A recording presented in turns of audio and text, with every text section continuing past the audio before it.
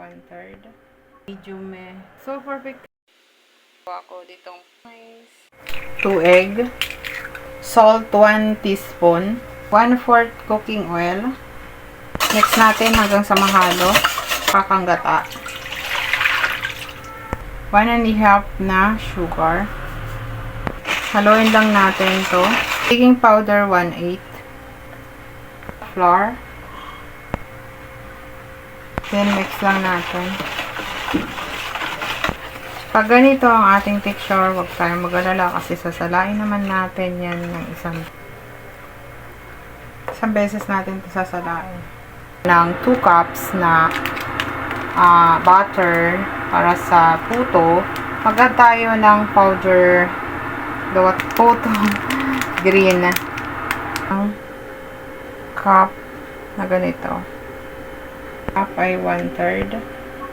Huwag natin pupunuin yung ating lagayan. Pagkatapos natin pakuluin yung ating steamer, naka-medium steam lang natin to sa low heat.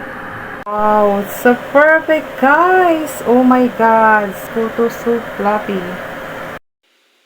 So, perfect guys yung ating ginawang pandan flavor ng ating puto.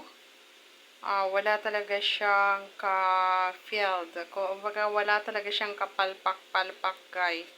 Perfect na perfect yung pagkagawa ko ditong puto na to. Puto pandan tayo guys. Sa first time kong ginawang ganitong texture ng aking puto. It's so good guys. It's fluffy. At easy na gawin. Ayan, ang ganda ng pagkaaluto niya talaga siya. Ang lambot niya guys. Sobrang fluffy niya. At tingnan nyo naman. See? Wow.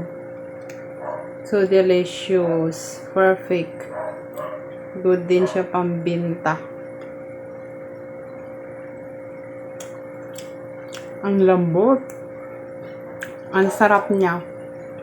See? Ang sarap niya.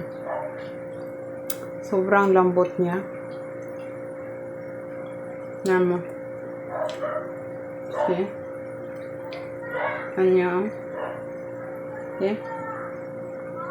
Ang lambot niya.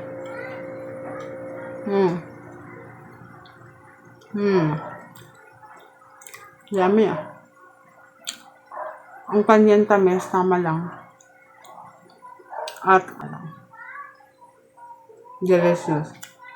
Perfect. Subukan nyo tong recipe na to. Madali lang siya. Delicious. Yummy.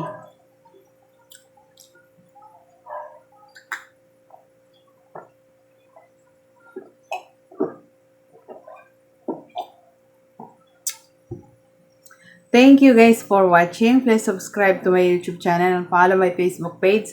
If you buy something, please click the yellow basket and my TikTok shop. Bye guys.